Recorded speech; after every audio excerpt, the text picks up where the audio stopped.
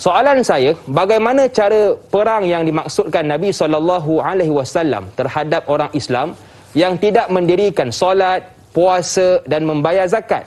Adakah dikenakan hukuman hudud seperti sebat? Mohon pencerahan. Terima kasih. Hashtag Tanyalah Ustaz TV3_TV9. Terima kasih kepada Mas Niza atas soalan. Macam orang muda ya, ada underscore tu. Itu dah tu. Sallallahu Muhammad. Silakan Ustaz. Baik, Allahumma salli ala Muhammad wa ala alihi wa sahbihi wa baraka wasallam. Para penonton yang dimuliakan oleh Allah Subhanahu wa taala yang saya santuni sekalian, Dai Hakim, para alim ulama, para citizen yang dimuliakan oleh Allah. Apabila soalan menanyakan kepada kita berkenaan tentang apakah cara perang yang disebutkan terhadap mereka yang tidak melakukan ketiga-tiga perkara tersebut, para penonton yang dimuliakan oleh Allah Subhanahu wa taala, kita kena faham sebenarnya Allahumma salli ala Muhammad, daripada ketiga-tiga rukun tersebut ianya akan membawakan seseorang itu terhukum dengan hukum dihabiskan riwayat kehidupan mereka. Sebab itu disebutkan juga kalau kata dalam bab zakat, disebutkan Allahumma salli ala Muhammad dalam kitab Fathul Bari, disebutkan kepada kita wa amma asal, disebutkan, dan ada pun di antara dalil kewajipan zakat itu barang siapa yang melawannya, yang menolaknya, faqad kafar, maka mereka itu di antara orang-orang yang kafir kepada Allah Subhanahu wa taala. Termasuk jugalah orang yang tolak perintah solat. Orang yang tolak perintah solat, para penonton dimuliakan oleh Allah Subhanahu wa taala, maka dia ni kalau dia kata dalam Quran tak ada perintah solat Ustaz, apa yang akan berlaku dekat dia? Dia tidak boleh dikafankan, dimandikan, disolatkan seperti orang Islam sebab dia sudah pun kafir. Kerana dia telah menyatakan bahawa tidak ada dalil, dan apa yang akan berlaku kepada mereka?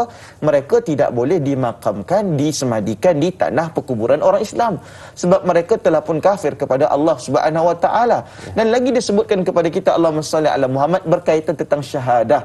Syahadah ini adalah disebutkan berkenaan tentang penyaksian. Penyaksian dengan apa Ustaz? Iaitu apabila satu orang itu tasdiqu bil qalbi, disebutkan apabila dia tasdik dalam hati dia.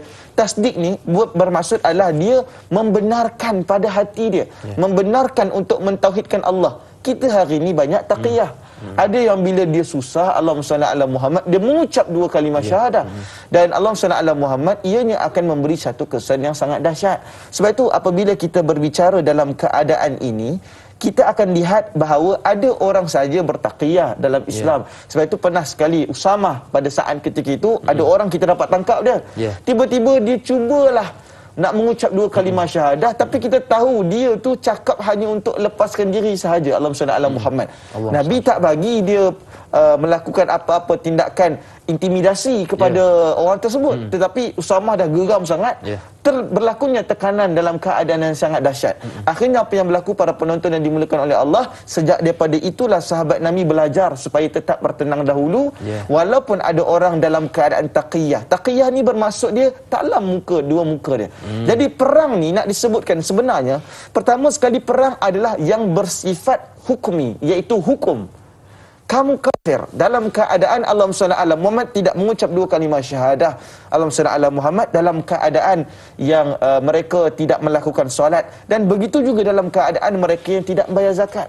Dan Allahumma salli ala Muhammad wa ala alihi wasallam. Tapi dalam konteks kita masyarakat yang berada dalam keadaan yang ramai macam ini, kita ada variasi agama dan juga penduduk yang masya-Allah tabarakallah sangat bermasyarakat majmuk.